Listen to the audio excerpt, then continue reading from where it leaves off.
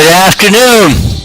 Good afternoon and welcome to Children of the Sun special project broadcast.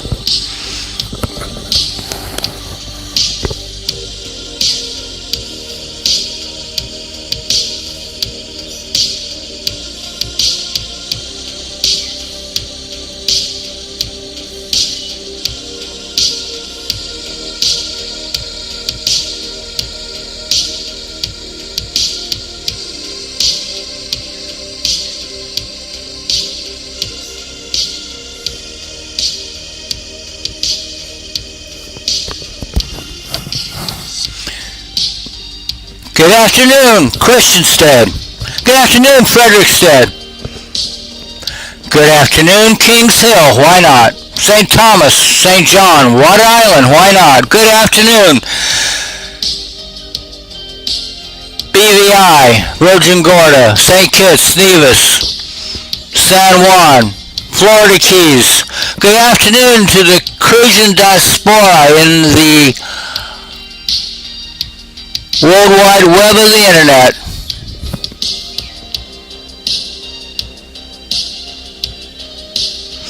Welcome to the Children of the Sun, broadcasting live right here on WSTX AM 970, the soul of the Caribbean,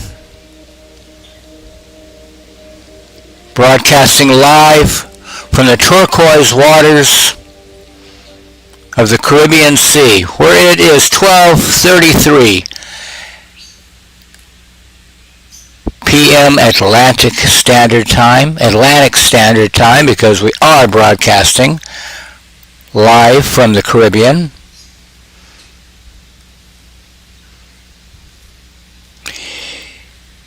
Here from beautiful Gallows Bay in Christiansted, St. Croix, United States Virgin Islands. I'm your host, Ray Bratcher, broadcasting on a beautiful Friday afternoon from the sun-kissed shores of St. Croix, sending out a deep, heartfelt embrace to Christiansted, Fredericksted, Kings Hill, our sister islands, and to our global Crucian diaspora tuning in across the world. Happy Emancipation Day, which is today, celebrating the rebellion led by General Butho, Thomas Gottlieb, to secure freedom for enslaved people in the Danish West Indies. Most of those celebratory events will be taking place down in Fredericksted by the fort, along the waterside, at some of the museums. You hear some conch dance, some conch shell blowing, bambula dancing. A lot of the events start at 6 p.m., which is probably a good thing because there's a heat advisory in effect until 5 p.m. today, so stay in the shade, stay hydrated.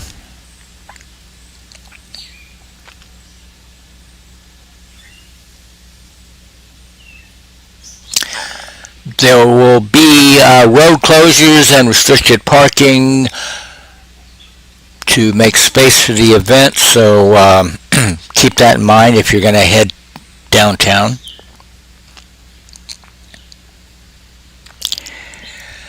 And so that's today, and then of course tomorrow is Independence Day for the United States, July 4th. And this July 4th, tomorrow, is kind of a special one. It's the 250th anniversary. Kind of a significant milestone. So, it would be a long holiday weekend, jam-packed with lots of events under normal circumstances, but especially so this weekend. So as we step into this long holiday weekend, My first and most important invitation to you is very simple. Take it easy, especially with the heat that we are experiencing here locally. Seriously, let your shoulders drop. Take a deep, intentional breath.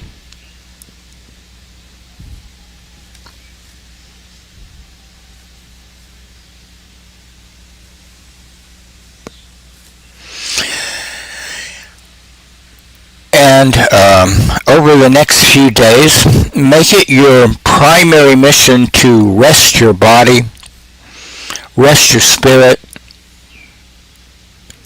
enjoy the warmth of your loved ones, and to reflect on the profound spiritual beauty of what it actually means to share space with our fellow human beings on this earth.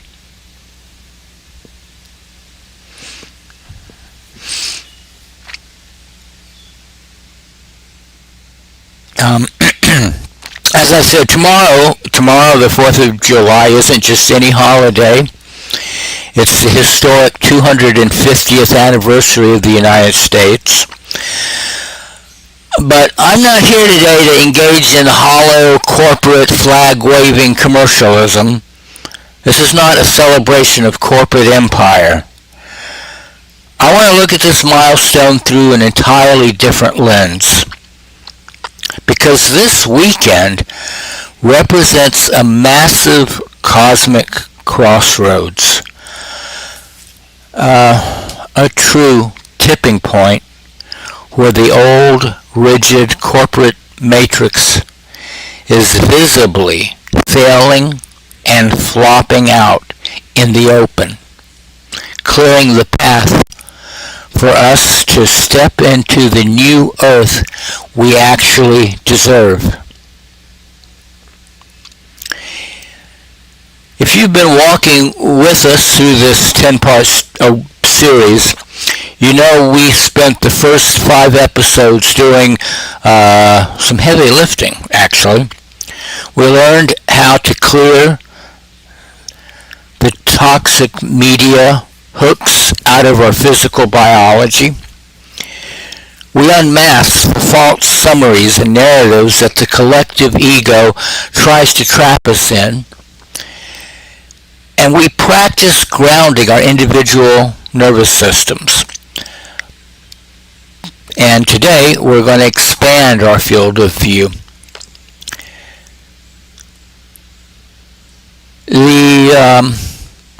The intense global and domestic friction that every single person can feel right now isn't just random chaos or random noise. It is the alchemical healing of a massive 50-year collective trauma.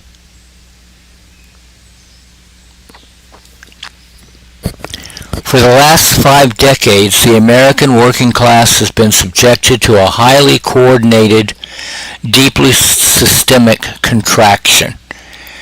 We were intentionally squeezed, isolated, and pushed into a state of survival mode. But that frozen, contracted energy is finally beginning to thaw. People are waking up to the reality that we were never meant to live in isolation, terrified of one another.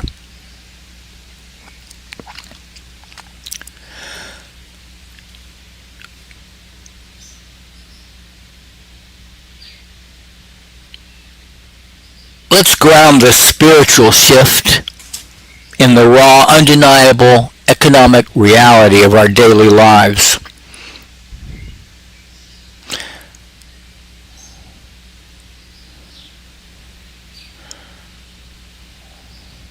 The newest data from the Urban Institute and their American Affordability Tracker and the Brookings Institution confirms a heartbreaking truth. 49% of people in American families cannot afford the cost of living. Think about that. Nearly half of our entire population lacks the resources to cover basic essentials like housing, food, and childcare, and utilities. This in the wealthiest nation in the history of the world. We've been taught to think that is normal, but step back and think about it. The wealthiest nation that ever was, and half our people can't afford the basic necessities of life? That's not normal. That's crazy. That makes zero sense.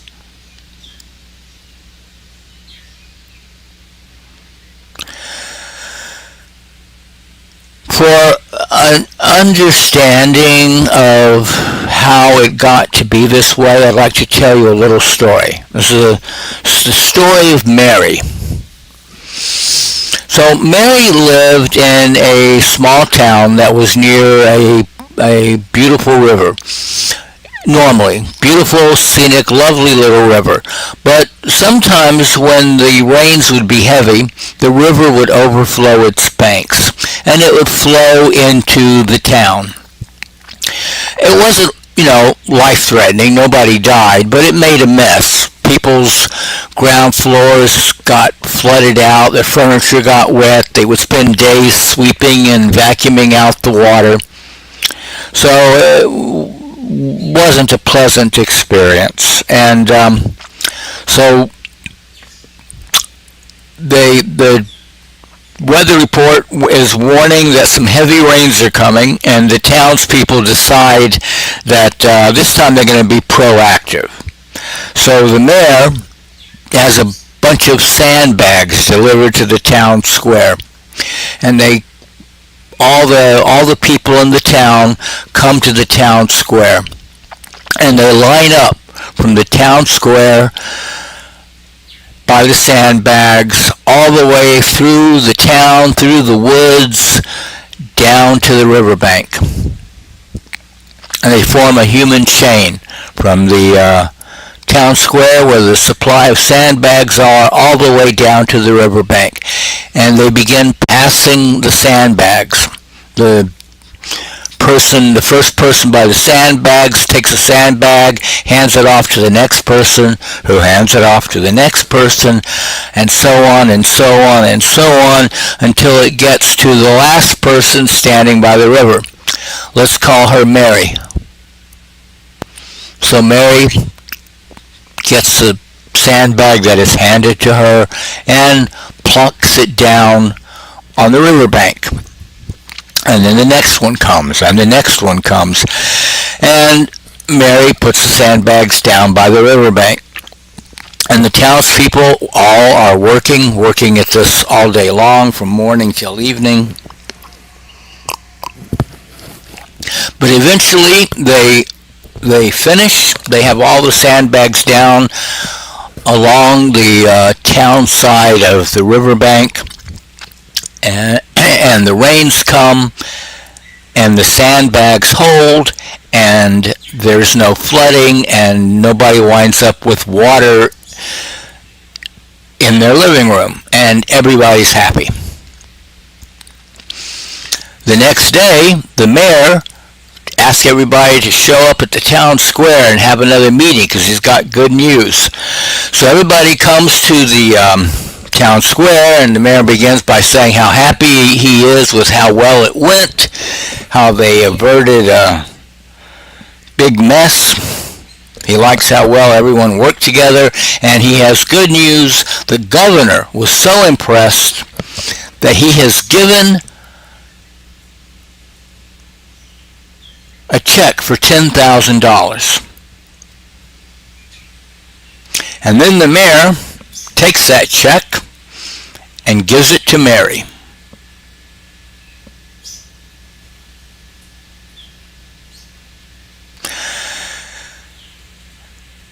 Well, of course, we can sense that that's not exactly equitable, not fair.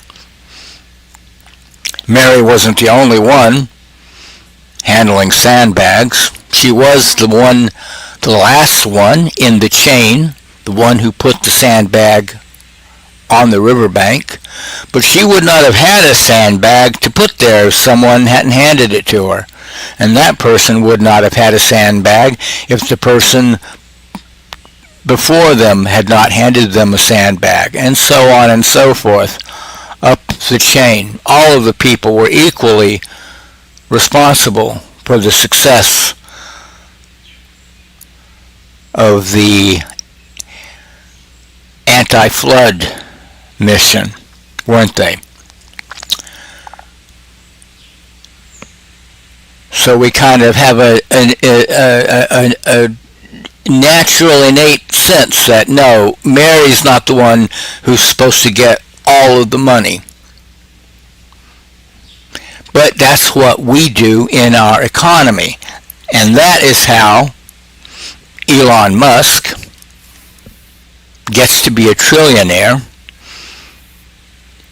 while half the people in the world's wealthiest nation can't afford to put gas in their trucks and food on their tables.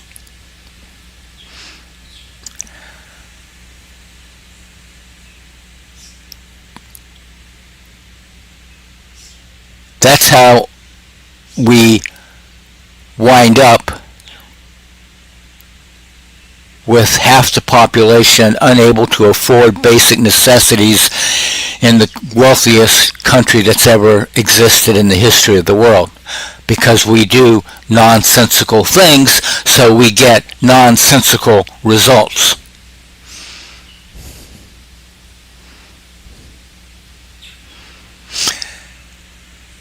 For 50 years, a highly insulated predator class has run the economic show.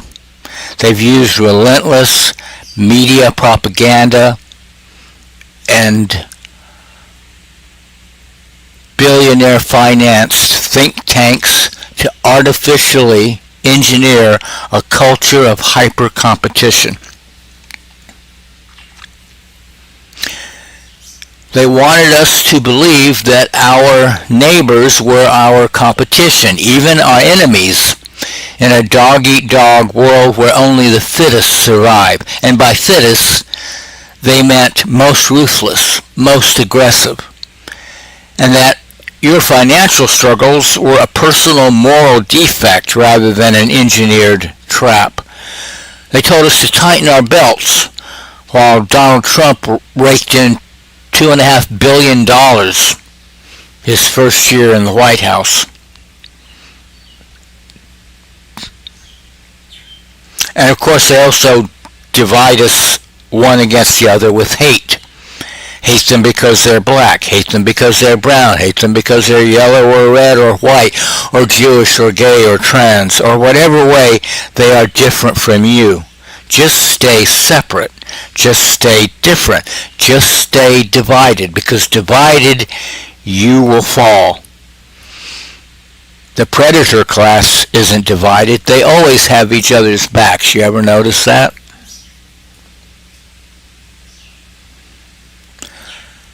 But let's bring a higher, more compassionate perspective to this, because anger alone isn't going to free us.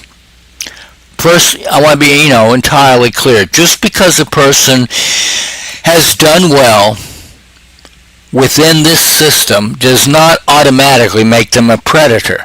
There are many good people who simply take the game they are given, decide to play it well, and actively help others and lift up their communities along the way.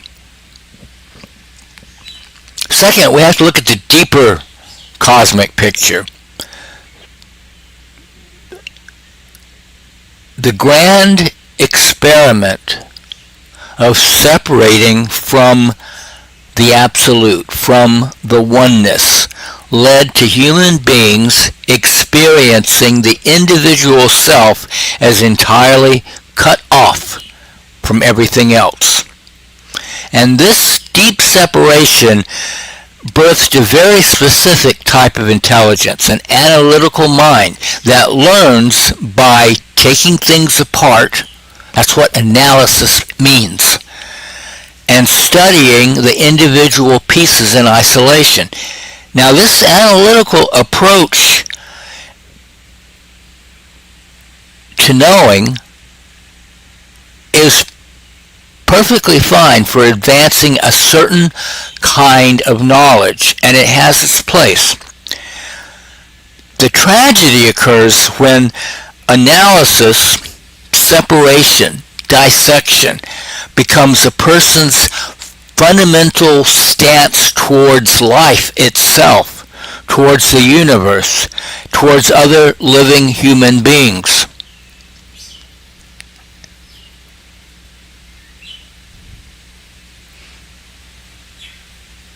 Indeed, if a person genuinely buys into the illusion that separation is real, the true nature of reality, they might choose to incarnate into a body that lacks the part of the brain where empathy resides. These are what we call sociopathic predators. They actually do not have capacity for empathy.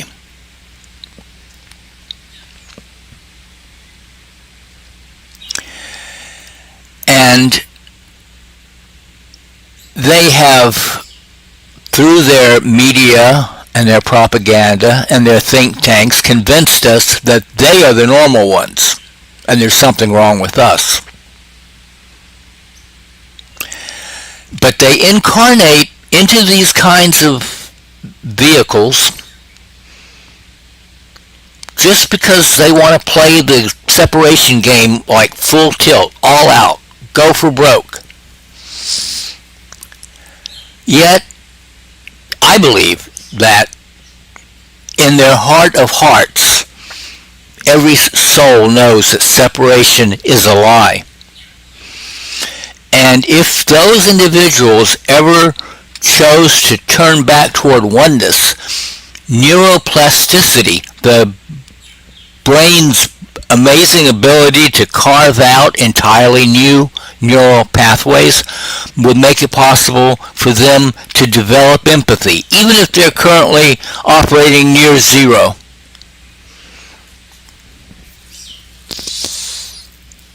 So for now, though, if we want to give these people the benefit of the doubt and not make them some kind of monster, we can acknowledge that in many cases they're simply going along with what appears to be the case, going along with what world history and culture and society and the psychological underpinning of the human ego is telling them is the case.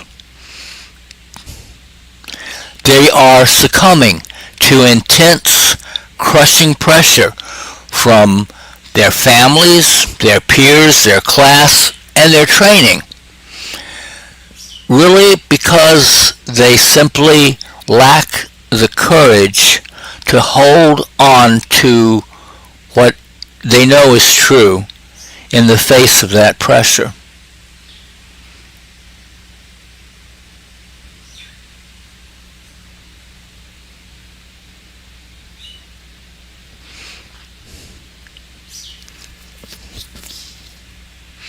But what is true must inevitably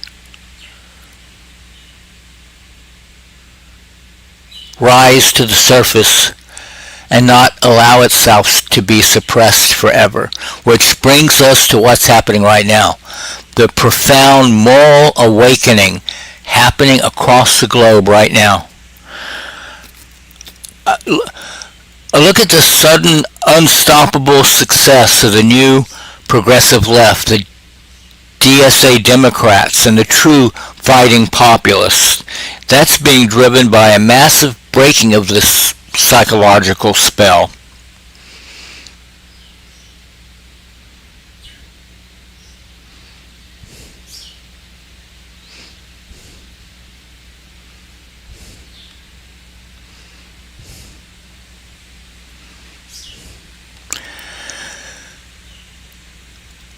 The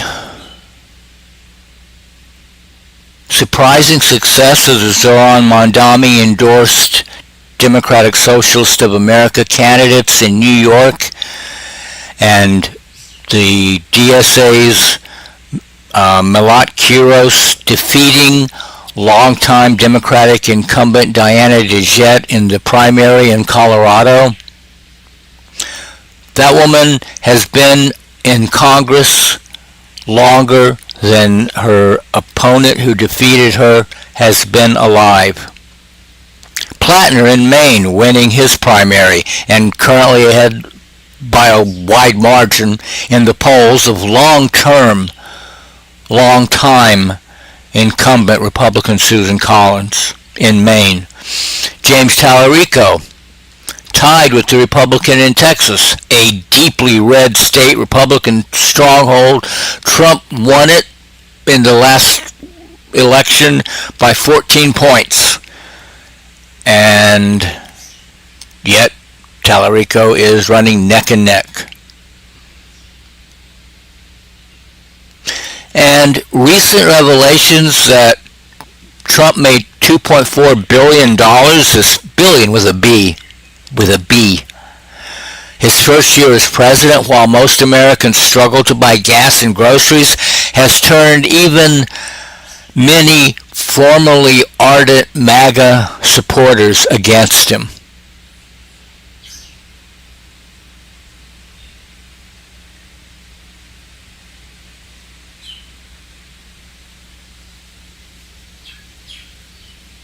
So what's going on?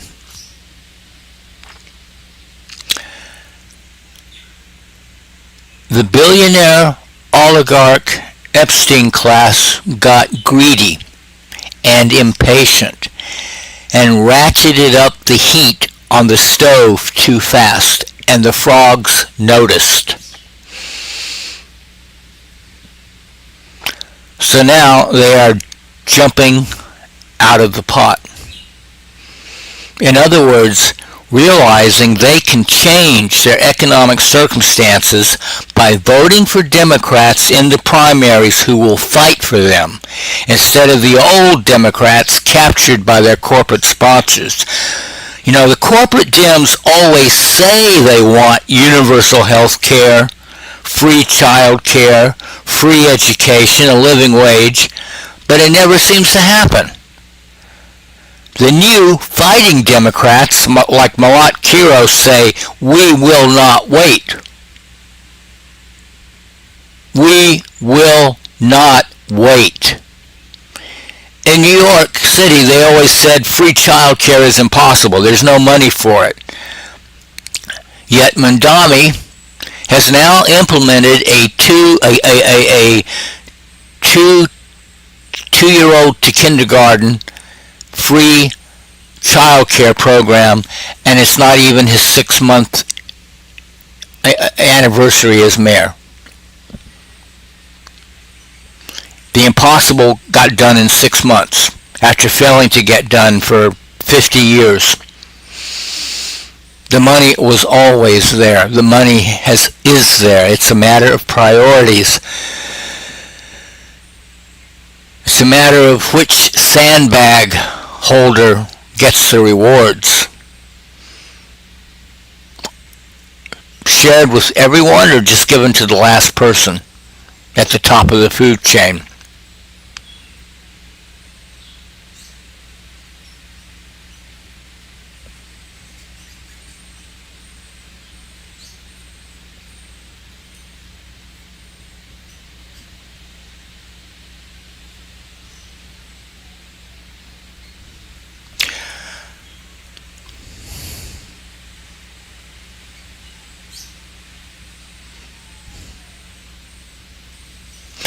Another catalyst for the breaking of this psychological spell that's waking people up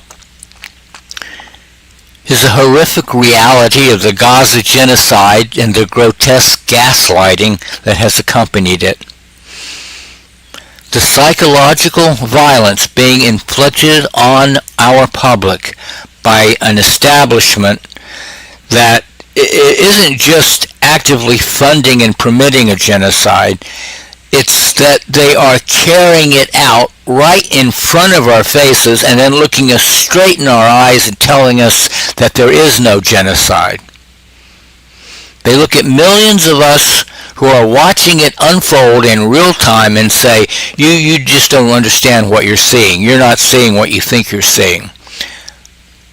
This explicit gaslighting has ripped the final veil away. It has shown the American working class with absolute clarity that these corporate leaders simply do not care about human suffering, and that lying comes easily and effortlessly to them. And that realization has changed everything. Because if they can look us in the eye and lie about a literal genocide, the working class has completely stopped giving them the benefit of the doubt on everything else. You say there's no money for child care? Lie. You say there's no money for universal health care? Lie. You say the world has to be like this? Lie. When they turn around and tell us that universal health care is impossible, or that free child care is unaffordable, or that there is simply no money to fix our crumbling infrastructure, we're saying now we no longer believe a single word you say. The billionaire oligarch pedophile class got incredibly greedy and impatient and ratcheted up the heat on the stove way too fast. But the classic metaphor of the frog in the boiling water has evolved. The frogs didn't just notice that the water was getting hot and start jumping out and voting for the progressive left Democrats in the primaries. The Mondami endorsed Democrats, the DSA endorsed Democrats in the primaries. We didn't just do that. The frogs also peered over the edge of the pot, looked into the next room, and saw the corporate politicians and the billionaire elite dining on frogs' legs. And when the corporate chef ran back into the kitchen and said, "Oh, don't worry about that, little froggies. Nothing to see there. Isn't the warm water nice?" The frogs said, "No more." And they are jumping out of the pot en masse.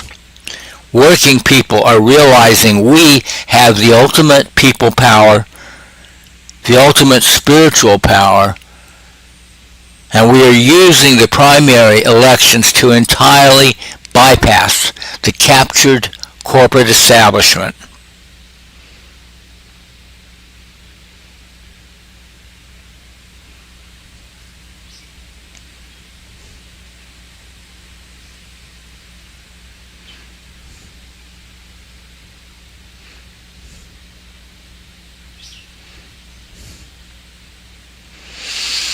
And finally, I guess the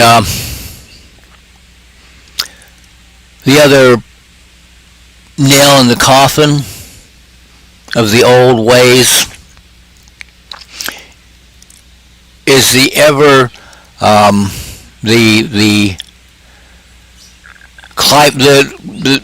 how climate change is becoming more and more obvious, more and more difficult to deny. And a lot of these progressive Democrats are young enough that they will be forced to experience the effects of the old guard pretending like it isn't a real problem and ignoring it, keeping their heads in the sand. The latest, I hate to be the bearer of horrible news, but the latest models are showing, remember when the goal was to not exceed pre-industrial levels by 1.5 degrees? Well, we've blown past that. And then they were talking 2 degrees, and they were talking 2 degrees by 2100. Well, we've blown past that. It seems climate change has fallen into an accelerating feedback loop, and the latest models are showing 3 degrees by 2050. So what that means is it means 4 billion deaths. 4 billion with a B, which is about half the world's population will die.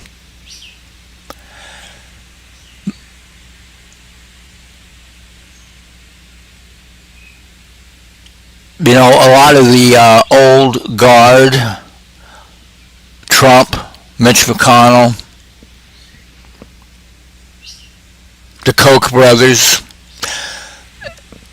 they're not going to be around when this digestive elimination product hits the rotating wind device. And the ones that are young enough to be around, they're planning to be in their underground bunkers or their private cities in the sea or on their space stations orbiting a dying Earth or on Mars.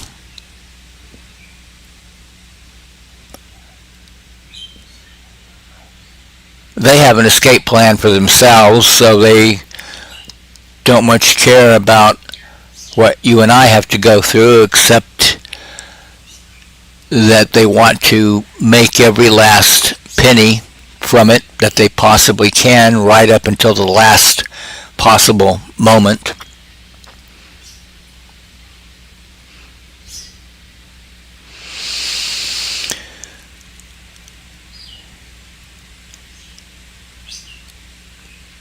So they're telling us there is no genocide and we can see it for ourselves. They're telling us there is no climate change and we can see it for ourselves. They're telling us there's no way to have universal health care and we can see every other developed country in the world except us already has universal health care. So we are awake now. We see that we are being lied to. So the corporate matrix is falling and flopping out in the open. And you can see the visual proof of this energetic shift on the national stage right now. Donald Trump's massive corporate-sponsored 250th anniversary celebration on the National Mall has turned into an absolute disaster and a national embarrassment. The attendance is practically zero. It is a total ghost town. By comparison, I was there in that same place on the National Mall in 1976 for the 200th July 4th anniversary, and it was wall-to-wall people. Jam-packed. And the fireworks celebrations were supposed to start at 8. They got delayed. I think it might have rained or something. They started around 9:30, 10 o'clock, and it was good. I mean, it was good. It wasn't too late. The fireworks this year were supposed to be at 8, but then Trump says he's going to give a long speech first, and so they don't think the fireworks are going to go off before 11 or midnight. So they're going to have people out there at 11 for hours and hours during the 107 degree Fahrenheit heat wave. Probably what it feels like on that, 115.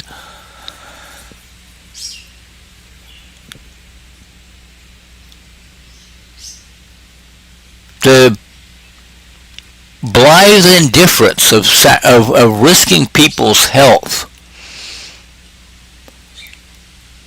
by keeping them there until midnight so you can give a speech.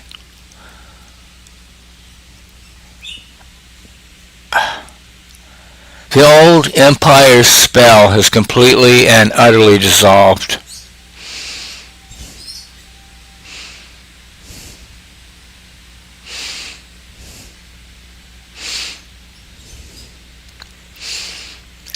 And that's because we're realizing, because look at this, look at how this movement has grown up organically. People are not taking orders from the top down.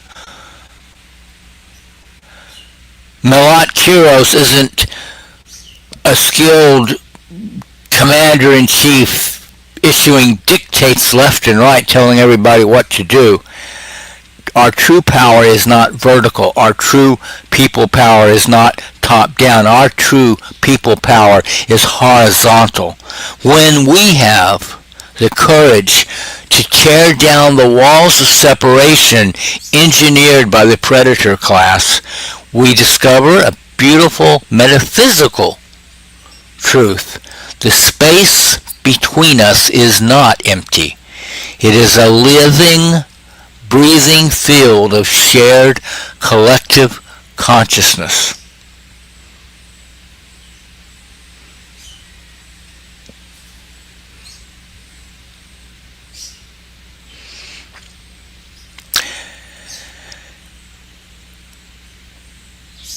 And I want us to experience this truth together right now.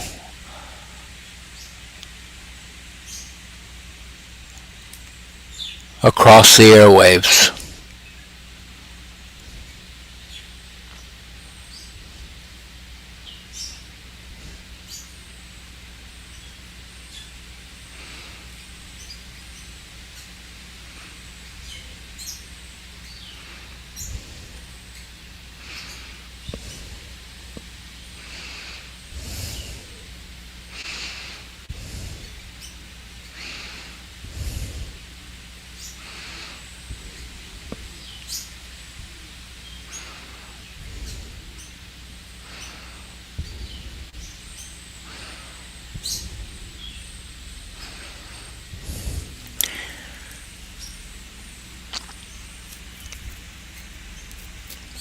Wherever you are listening, whether you're driving in your car, sitting in your kitchen, or relaxing on the beach,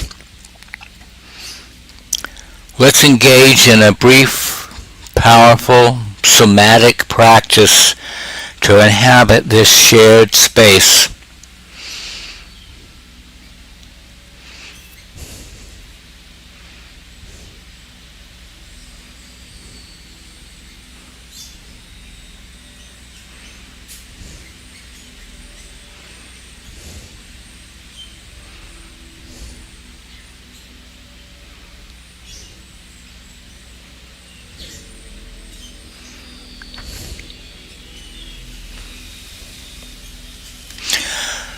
First, let your awareness slide away from your analytical, overthinking mind.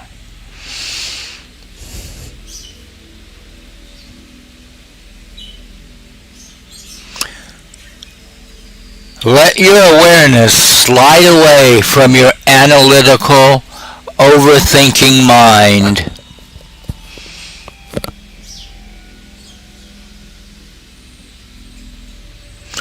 Drop your attention down into the deep biology of your physical body.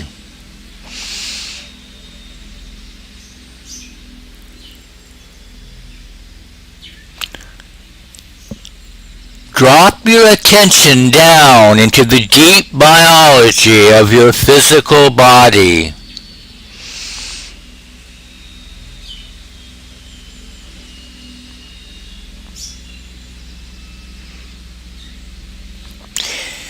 Feel the weight of your chest. Feel the solid presence of your belly and your pelvis. Anchor yourself completely inside your physical frame.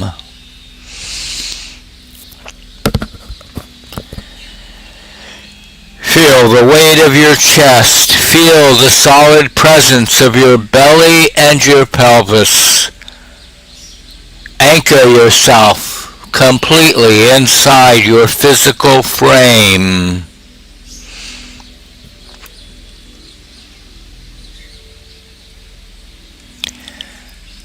Now take a slow, deep breath, and as you exhale, expel expand your awareness slightly beyond the boundaries of your physical skin.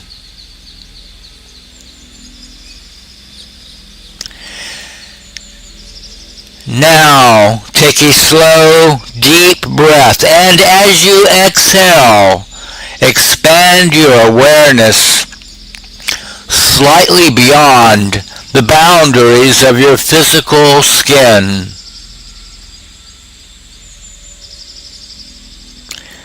Begin to feel the literal physical volume of the room or the vehicle around you.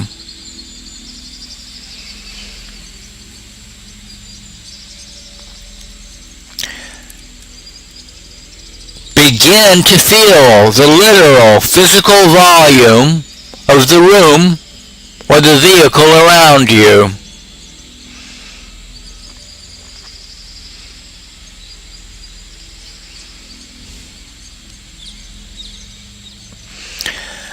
Don't just look at the empty space, feel it.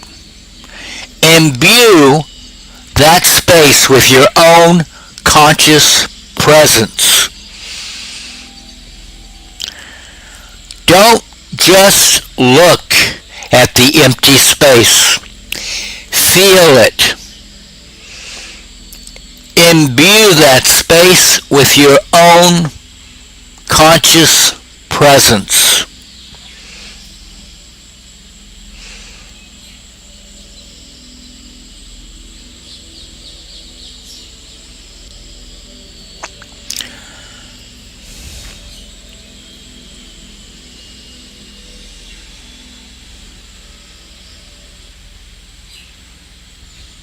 Finally, let's extend that awareness outward into the actual radio frequencies traveling across our island right now.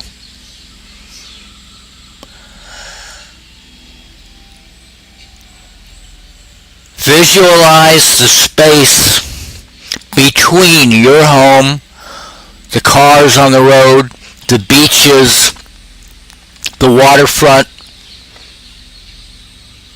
and the places across St. Croix.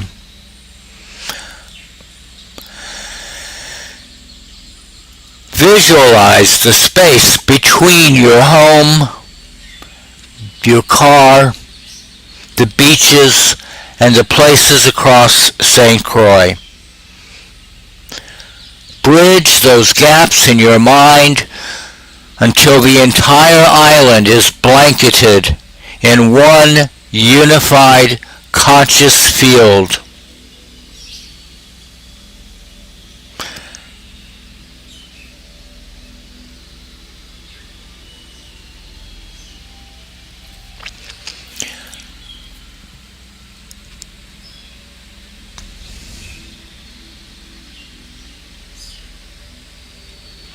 Bridge those gaps in your mind until the entire island is blanketed in one unified conscious field.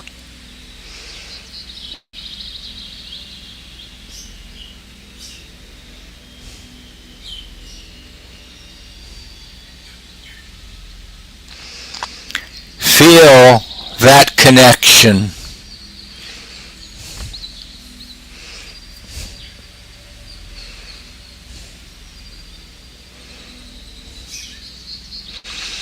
Feel that connection.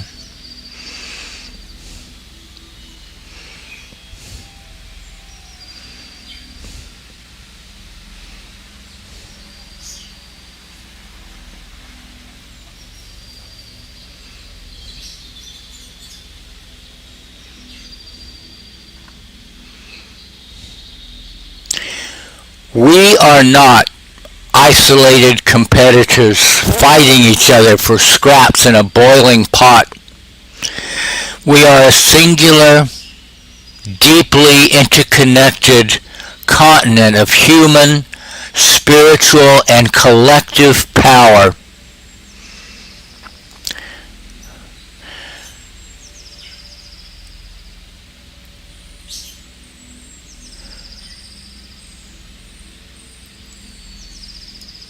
When we inhabit the shared space, the illusions of the predator class lose all power over us.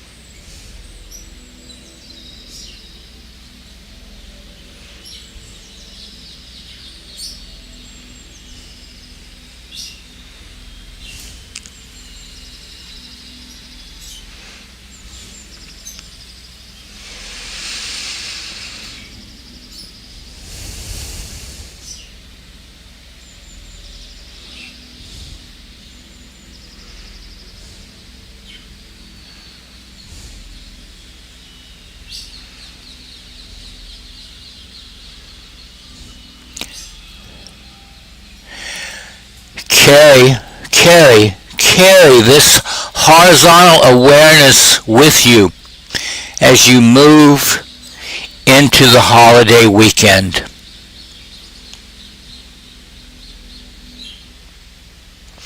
When you are out at your family barbecues, when you're listening to the conch shells, when you're sitting on the beach, when you're catching up with your neighbors, look them in the eye and remember the shared space.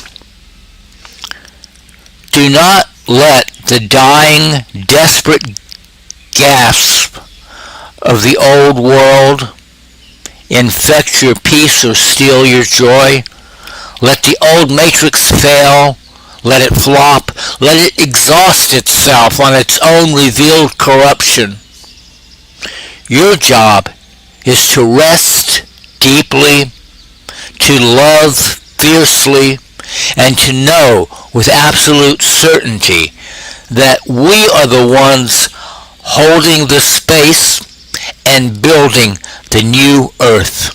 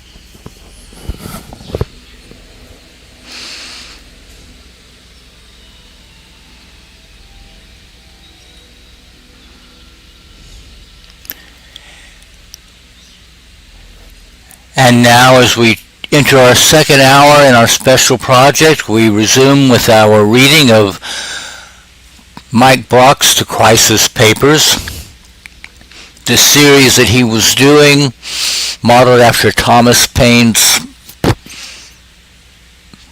pamphlet series from the American Revolution. And we are today on Mike Brock's number 17, the final one in the series.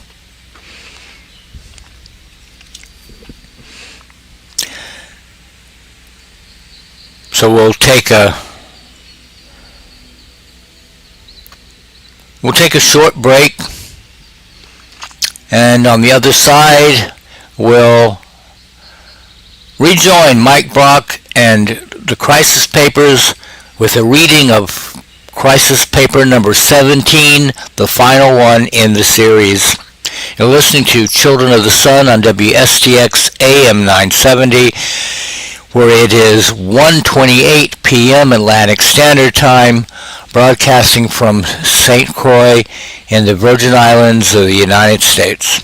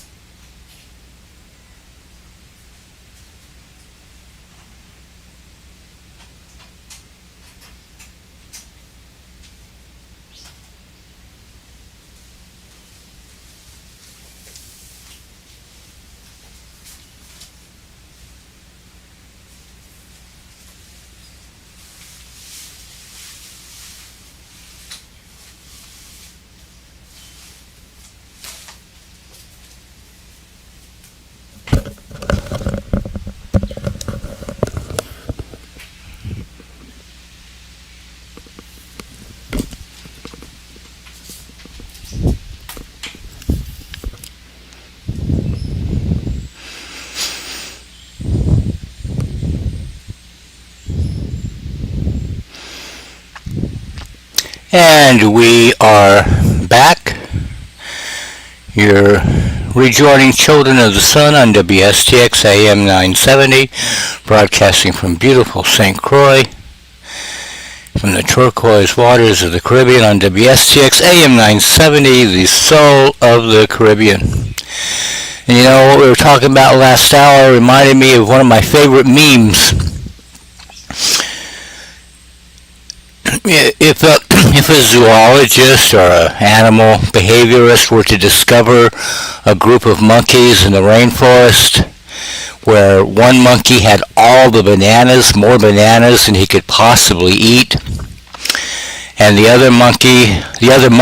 the other monkeys were emaciated and starving to death, that zoologist, that animal behaviorist would be able to make a career out of trying to figure out what the hell went wrong with these monkeys. But when a human being does it, we laud them, we celebrate them, we put them on the cover of Forbes magazine. And you know, we're not talking about some radical fringe lunatic utopian schemes. I know this can happen because it's happened before. We're talking about the policies of Franklin Delano Roosevelt from the 1930s and 40s, the policies of Republican former Army General Dwight Eisenhower in the 1950s, during which the American population had the highest standard of living we've ever had. And it included everybody. The rich did fine, but the poorest of the poor also had the highest standard of living they've ever had. Even to this day, it was a higher standard of living than anyone in the world has ever had, ever, even up until including now.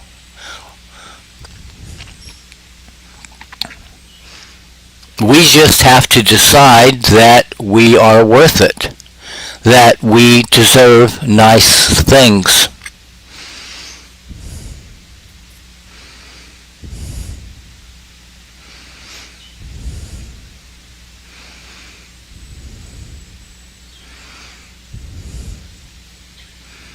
That we deserve to be happy and have time for personal fulfillment and not be exhausted all the time, working 3 jobs and still not making enough money to meet basic necessities. That makes 0 sense. That is nonsensical.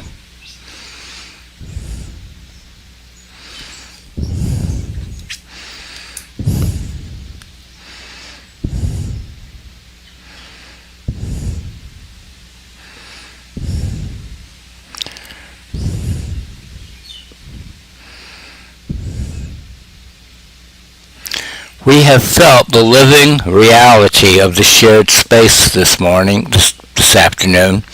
We've watched the old corporate matrix flop on the national stage, and we've witnessed the beautiful, undeniable rise of a working class that refuses to wait a single moment longer for their dignity. We won't wait, and in the case of global climate change, we can't wait.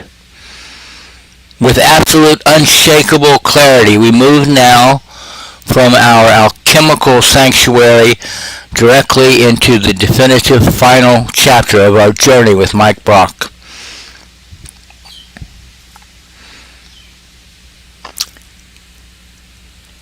As we transition into crisis note number 17, remember, as we step across this historic crossroads together, we will be informed but not deformed, not infected and defective, but protected, collective, and finally free.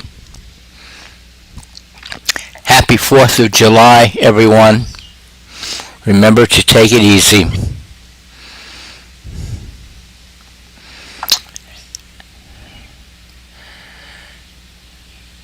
And now we turn to Mr. Mike Brock. the crisis number 17, entitled Towards Imagination. This is the last of these papers. I began writing them 3 weeks ago in a city under occupation. Minneapolis was full of federal offices. Families were afraid to leave their homes. The machinery of the state had turned on the people it was built to serve. And the question that hung over everything was the simplest question there is. What do we do?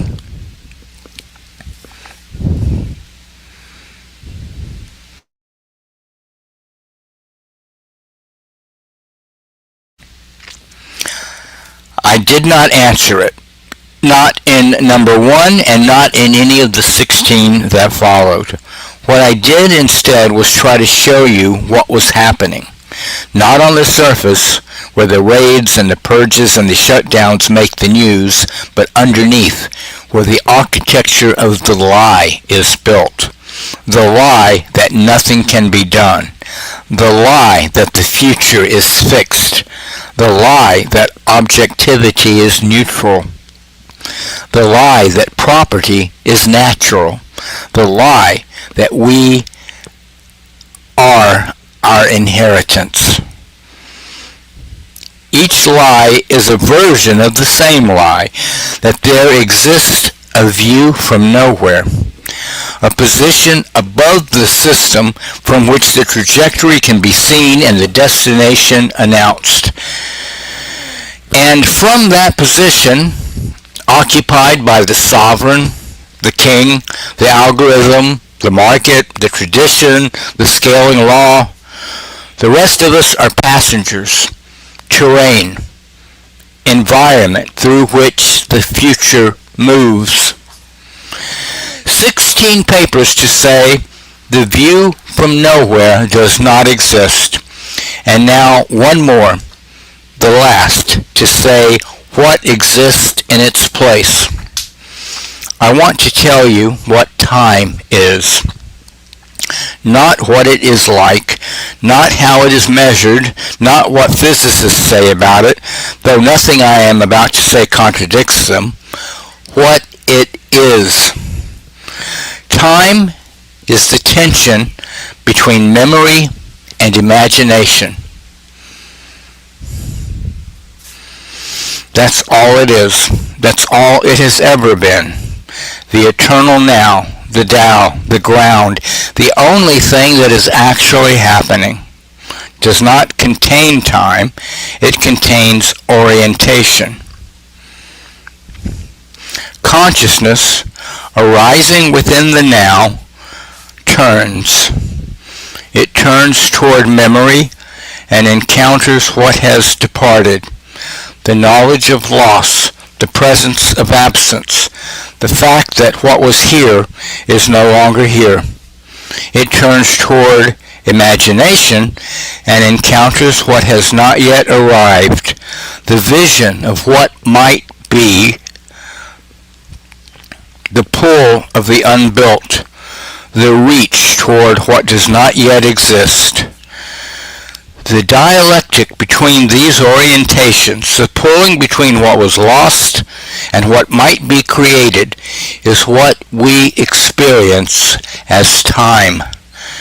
Not a river, not a dimension, not a container, a tension, a dynamic produced by consciousness orienting within the eternal now. When you remember, you are not traveling to the past. You are turning here, now, toward what is gone.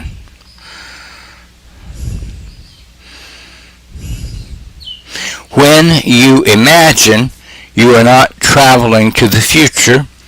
You are turning here, now, toward what might be. This is one dipole of a trinity.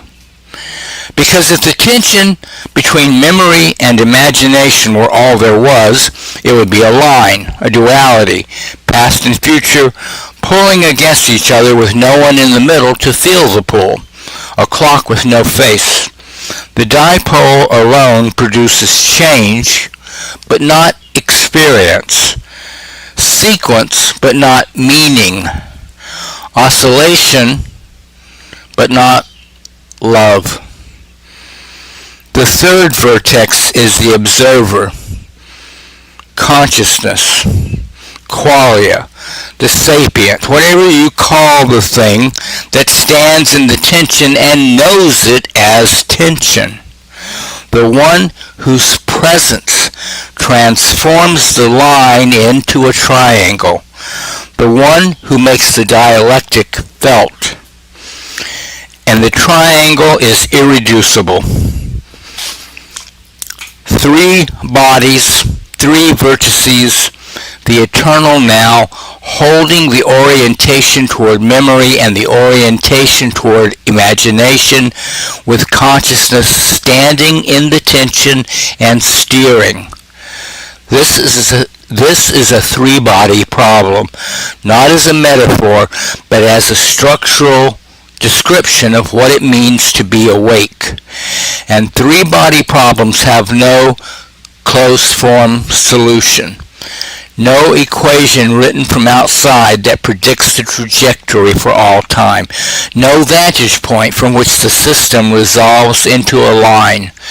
There is no view from nowhere because the structure of reality does not contain one. Not because we are limited, because the triangle is irreducible, because the third body, consciousness, the observer, you, cannot be removed from the system without collapsing the dynamic that produces time, love, experience, and meaning.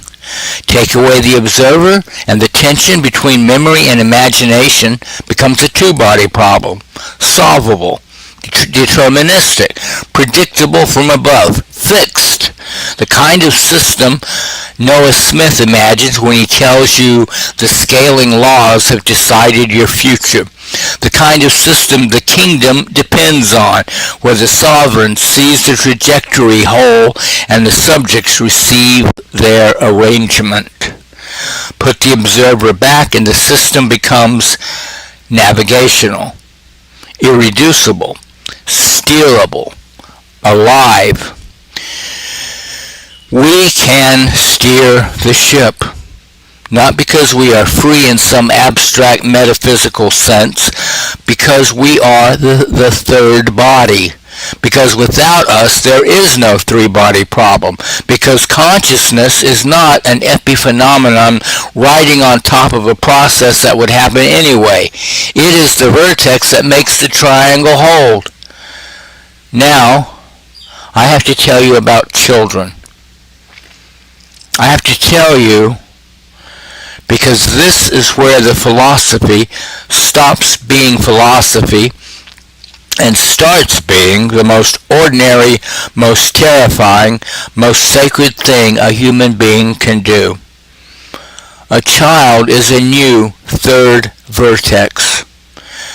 When a child is born, the universe produces a new observer, a new consciousness that will orient within the eternal now, turn toward memory and imagination, and steer.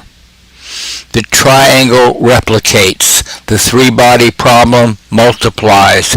Another irreducible system comes into being, one that cannot be predicted from outside, that can only be navigated from within, that will see things from a somewhere that has never existed before. This is creation in the deepest sense the word can carry. Not the production of an object, the production of a perspective, a new view from somewhere, a new position within the eternal now, from which reality looks different than it has ever looked, because no one has ever stood exactly there before.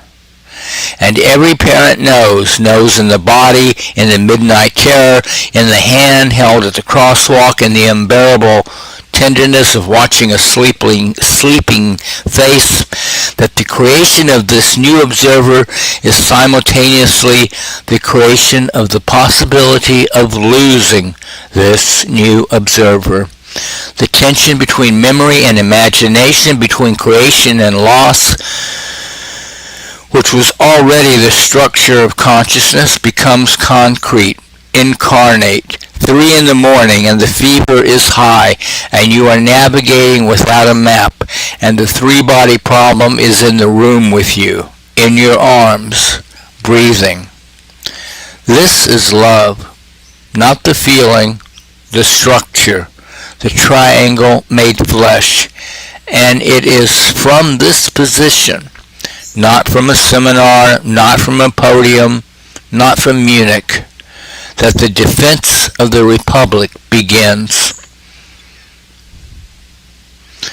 Because the parent cannot afford the view from nowhere.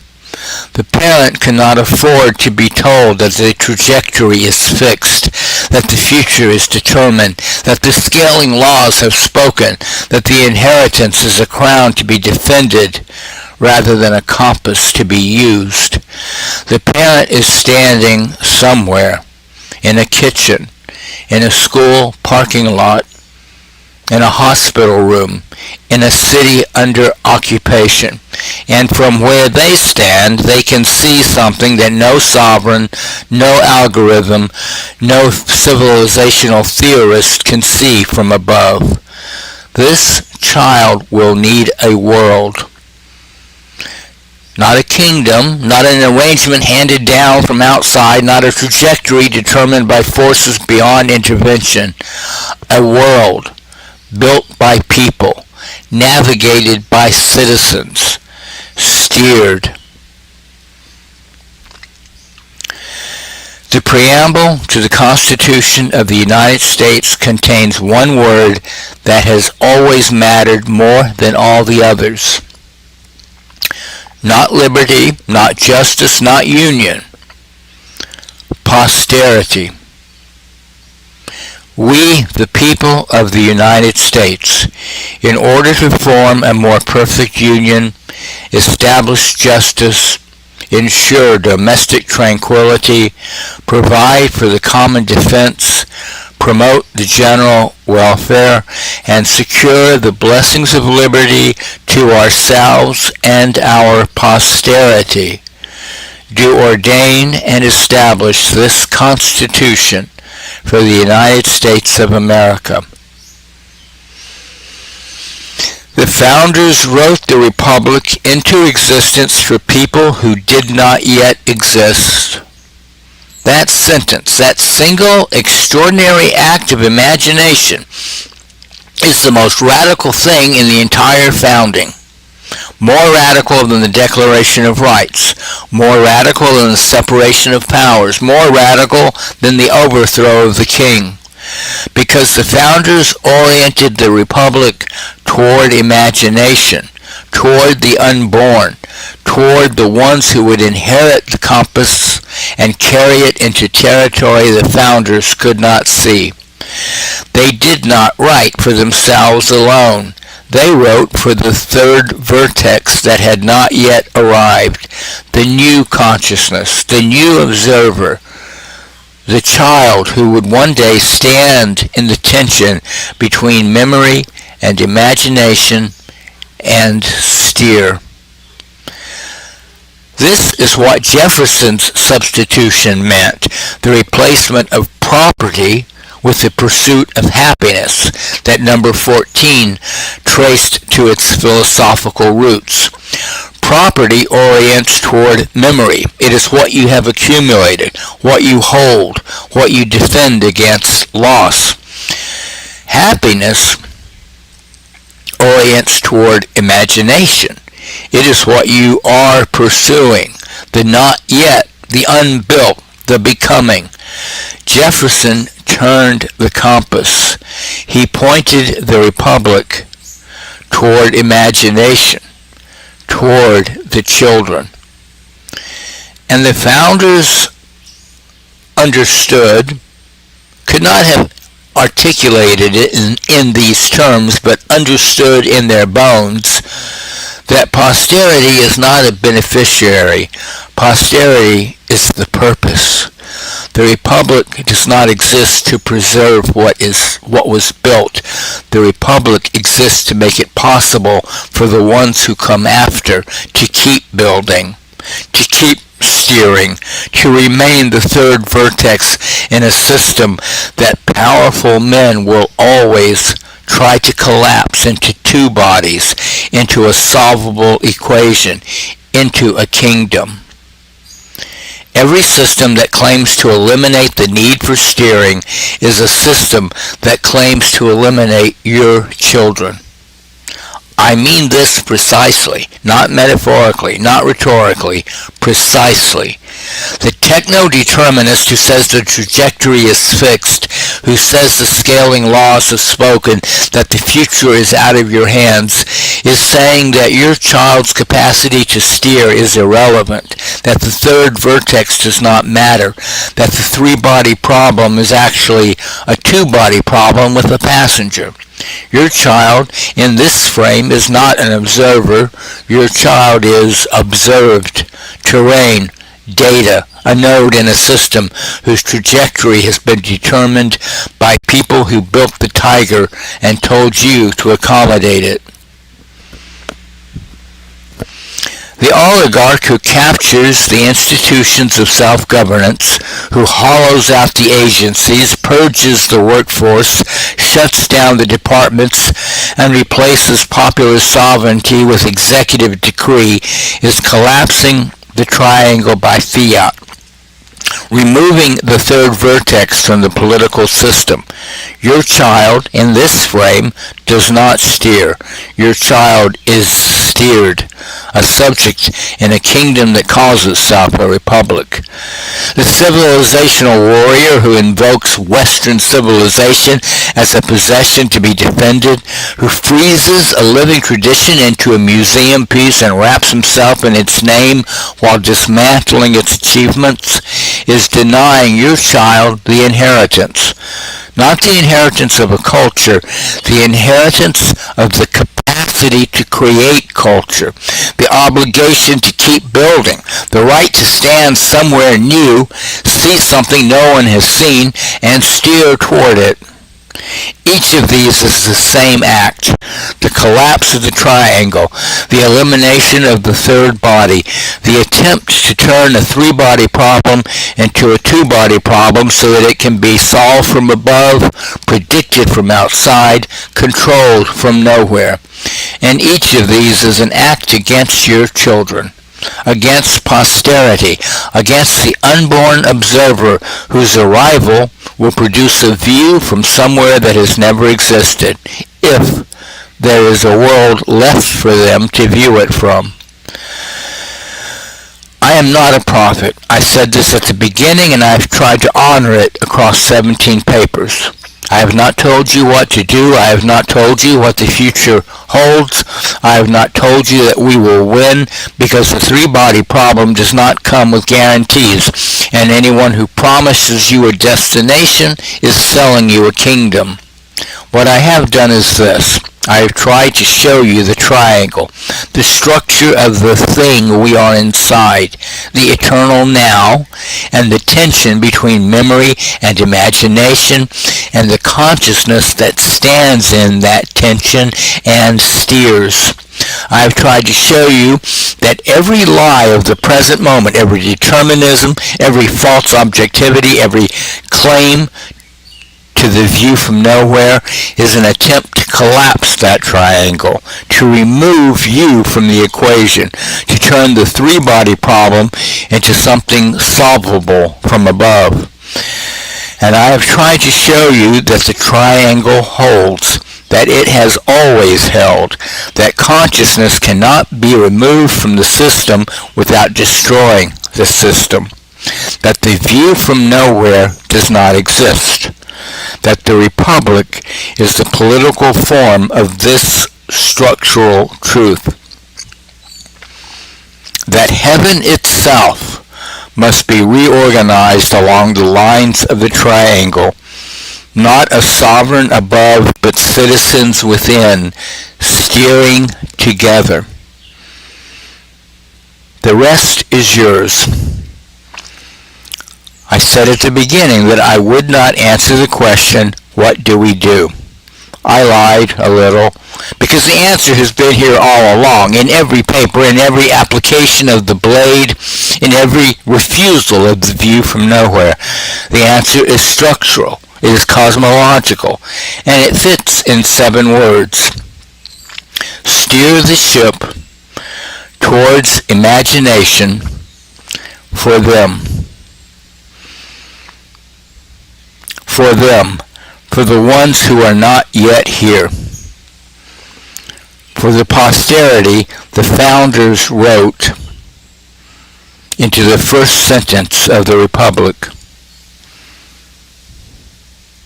For the child in your arms at 3 in the morning.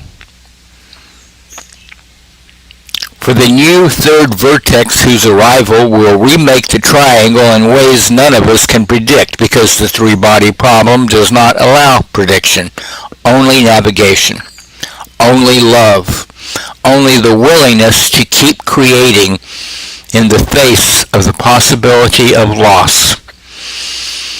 This is what the Republic is for. Not for us, for them. We are the stewards of the triangle. We hold the shape of the thing, the irreducible dynamic of memory, imagination, and consciousness, so that when they arrive, there is a world in which the dynamic can continue, in which they can orient, in which they can turn toward imagination and find that the horizon is open, that the future has not been foreclosed, that no sovereign has solved the 3-body problem on their behalf and presented them with a destination they did not choose. We hold the Republic open so they can steer. That is the obligation, the only obligation, the one from which every other obligation descends. Secure the blessings of liberty to ourselves and our posterity. Not because liberty is pleasant, because liberty is the condition under which the third vertex survives, under which consciousness is permitted to steer, under which the triangle holds.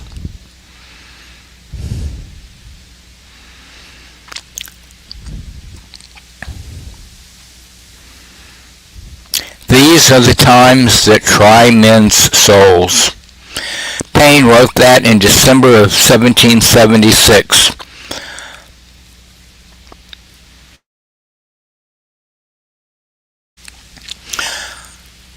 I borrowed his form because the times demanded it, and because the form is honest, short, urgent, built to be read aloud to people who are frightened and need to be reminded that their fear is not weakness, that their fear is the appropriate response of a conscious being standing in the tension between memory and imagination, aware that what they love might be lost, aware that what they imagine might never be built. The summer soldier and the sunshine patriot will, in this crisis, shrink from the service of their country. They always do. They shrink because the 3-body problem is terrifying, because steering without a map is terrifying, because the view from nowhere is a comfort. It tells you someone else is in charge. Someone else can see the trajectory. Someone else has solved the equation. And giving up that comfort, accepting that the triangle is irreducible, accepting that you are the third vertex and the system does not work without you, is the hardest thing a human being can do. But your children are watching, or they will be. They will arrive in this world and they will look around and they will ask, the way every child asks in 1,000 ways, with and without words, is there room for me here? Is there space for me to steer? And the answer to that question is not determined by scaling laws. It is not determined by algorithms. It is not determined by civilizational inheritance or market forces or the will of any sovereign in any palace on any hill.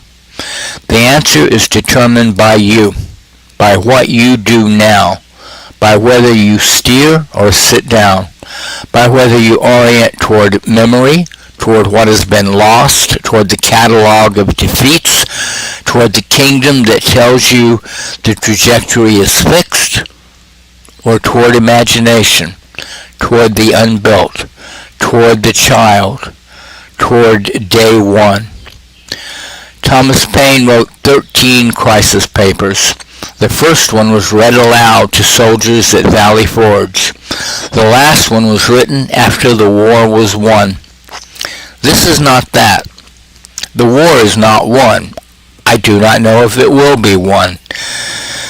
The three-body problem does not promise victory. It promises only that the system is navigational, that consciousness matters, that steering is real, that the triangle holds. But I will tell you what I believe. I believe that the eternal now is producing new observers faster than the kingdom can suppress them.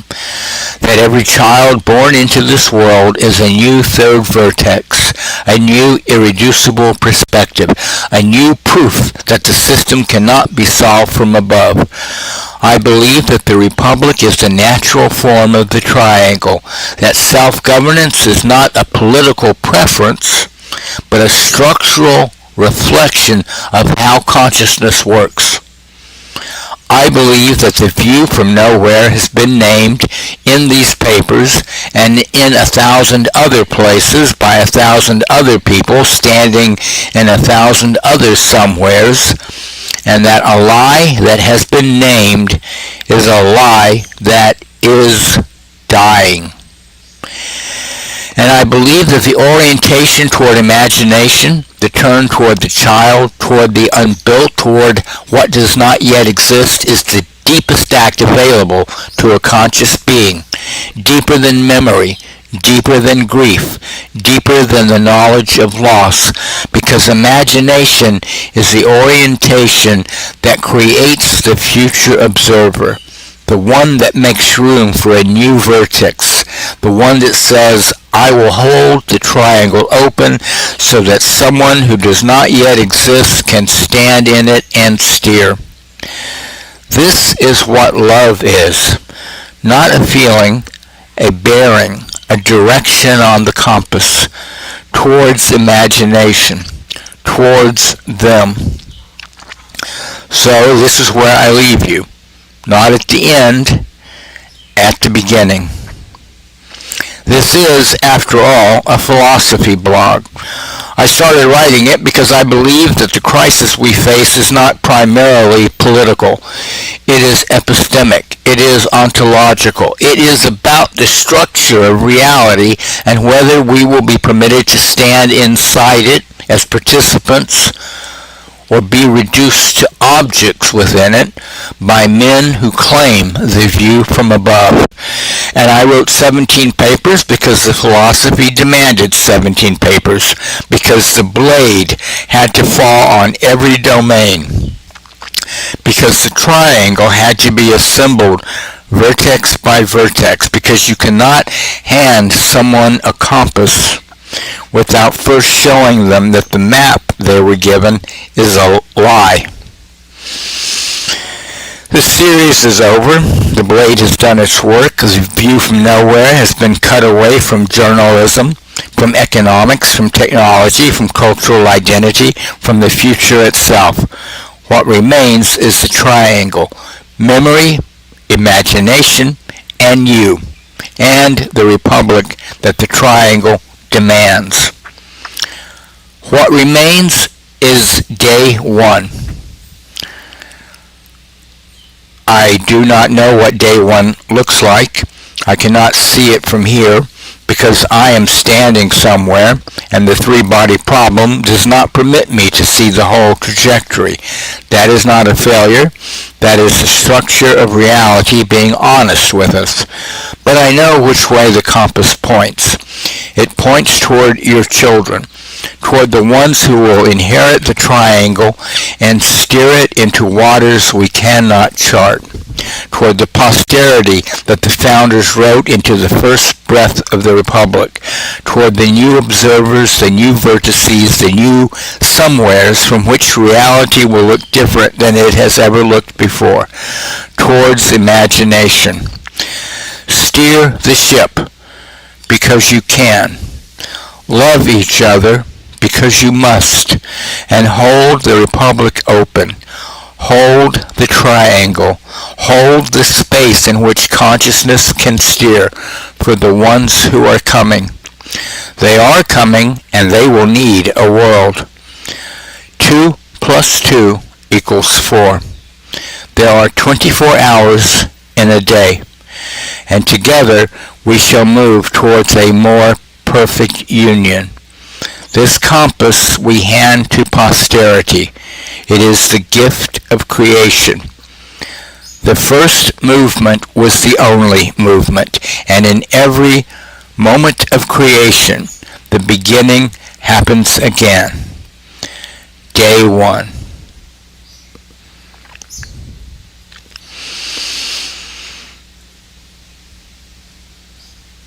And that is the end of Mike Brock's Crisis Papers.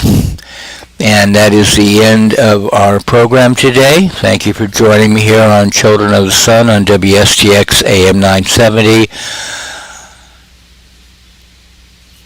Keep your dial tuned right here to AM 970 WSTX, the Soul of the Caribbean.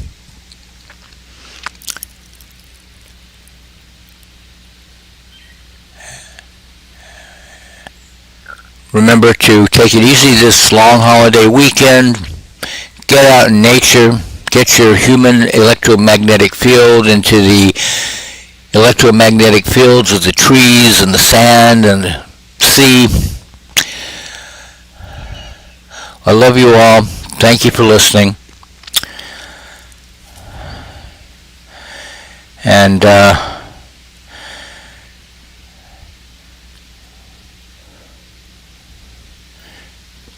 be sure to stay tuned for Dream Catchers coming up next here on AM 970, the Soul of the Caribbean.